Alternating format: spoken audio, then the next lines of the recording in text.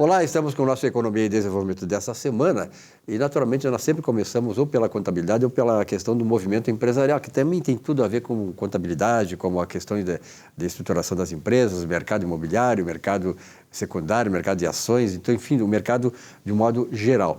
E para conversar sobre esse movimento empresarial, hoje temos aqui a presença do Giovanni D'Agostino. Obrigado, Giovanni, pela presença sempre muito elegante. E aí, Silvio Lopes, tudo certo contigo? Tranquilo. Primeiramente, é uma grande satisfação voltar aqui ao programa Economia e Desenvolvimento, né? No formato anterior, né, que tradicional, que os nossos conservadores, nosso público de 24 anos adoram um programa com uma mesa, com um cenário desse maravilhoso, né? E com participantes como tu. Verdade. Gostou? Giovanni, vamos falar um pouquinho sobre... Nós estamos num mês, assim, eu sei que falar com um contador hoje... o pessoal está muito ocupado com a questão do imposto de renda das empresas, que é até o fim de abril, né? Na verdade, agora foi estendido o prazo, até imagino que de forma definitiva, para o final de maio. A final de maio, então mais um mês. Então, o pessoal está muito envolvido nessas questões. Uma das questões que envolve a questão das empresas e o imposto de renda, né, é o ganho imobiliário. E aí? Então, Silvio Lopes, telespectadores, eu venho trazer o assunto que é o ganho imobiliário das pessoas físicas, né? Tendo em vista que estamos aí, já foi aberto o prazo para a entrega do imposto de renda das pessoas físicas, então busquei trazer um tema que pode ser de utilidade, né, para os nossos telespectadores, né? Então, o ganho imobiliário, quando é que acontece o ganho imobiliário? É quando o sujeito vende um imóvel, né? Quando o sujeito vende um imóvel, tem ali uma repercussão tributária, né? Em tendo havido o ganho imobiliário, decorrente da venda desse imóvel, então a pessoa está sujeita ao pagamento do imposto de renda. E como é que se tributa, né? Se tributa da seguinte forma: quando o sujeito vende um imóvel, o sujeito verifica quanto é que custou o imóvel, que é o custo de compra do imóvel, e o sujeito verifica por quanto ele vendeu, né? Então, aí, decorrente da subtração dessas duas variáveis, nós temos ali ou um ganho.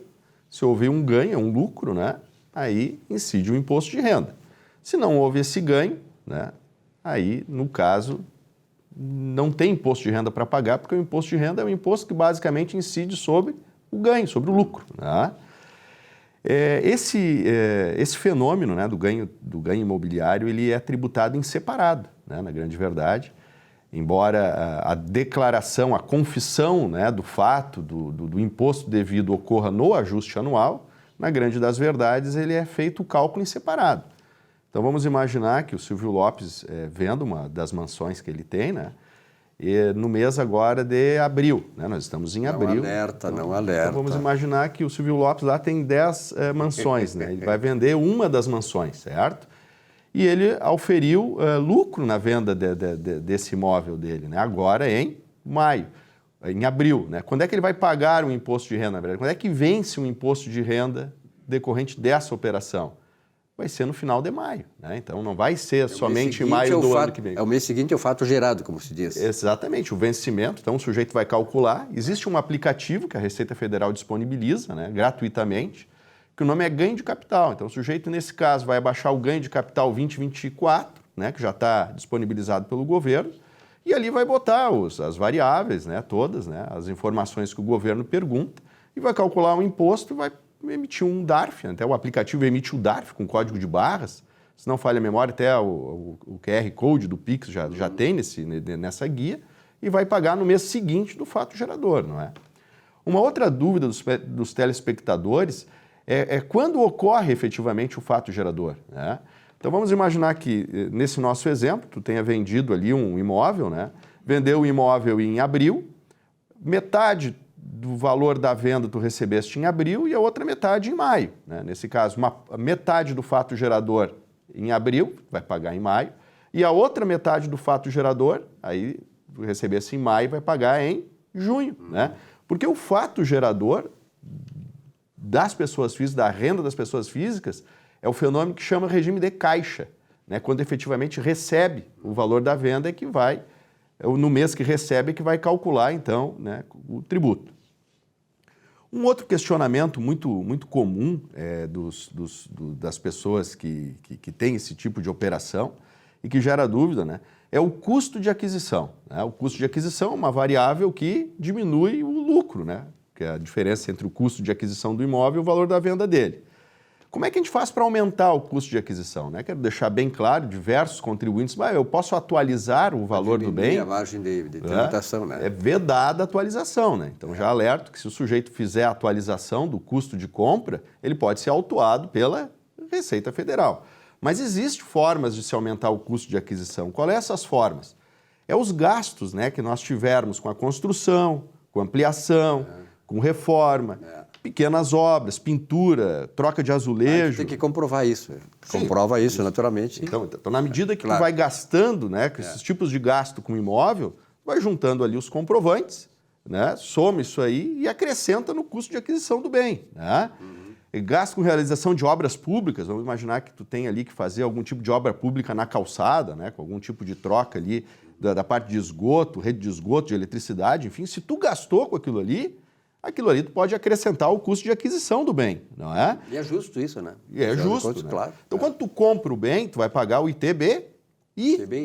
Esse ITBI acrescenta no custo de aquisição. Muitas pessoas pegam o valor de compra e esquecem, né, de agregar os acessórios, os gastos acessórios que tiveram na decorrente da compra, né? E também se o sujeito compra o imóvel parcelado, ou compra através de um financiamento, tem os juros, né? Sobre os juros que paga sobre o financiamento que teve para aquisição desse imóvel. É o custo. Esse juro também é o custo de aquisição do imóvel. Então, são formas que tu tem para aumentar o custo de compra e diminuir o lucro. Claro. Essas são as dicas, né? E por fim, Silvio Lopes, telespectadores, a última dúvida, sim, claro que a legislação tributária ela é complexa, né? A gente ficaria aqui uma tarde toda falando, mas não temos tempo para isso, não é? Então, pincelar os aspectos principais é a questão de uma eventual isenção da operação, né? Então, vamos imaginar que o sujeito tem um imóvel de uso residencial, né, de destinação residencial, e venda esse imóvel, né? Decorrente da venda desse imóvel tem ali auferido lucro, mas se o sujeito, dentro do prazo de 180 dias, utilizar o recurso da venda desse imóvel para comprar um outro imóvel residencial, então ele pode ali adjudicar de uma isenção, desoneração do imposto de renda dessa operação, desde que não tenha adjudicado dessa isenção nos últimos 5 anos, né? Então ali é uma forma aí de economizar legalmente com a parte de tributação dessa atividade. Eu fico muito feliz, viu, Giovanni, quando nós ouvimos pessoas como tu, o pessoal que desfila aqui no programa, né? Porque afinal de contas o programa quem é feito eu apresento, mas quem traz conteúdo, a informação, o esclarecimento para você é o pessoal que é nosso participante aqui do programa. Esse tipo de informação, sobretudo agora num momento importante, necessário, né, oportuno, esse tipo de informação tu não vem em lugar nenhum, né, para te ajudar e auxiliar, inclusive, a tu não ter prejuízo, e mais do que não ter prejuízo, ter lucro, né, ter prosperidade e tal, e saber que qualquer negócio tem riscos, né, que você pode evitar, e riscos que, enfim, tu não consegue evitar, mas sempre há uma possibilidade de tu evitar riscos e aumentar a lucratividade. Isso aí, Silvio Lopes. Um abraço, até a próxima. Prazer em te ver. Prazer em te ver também.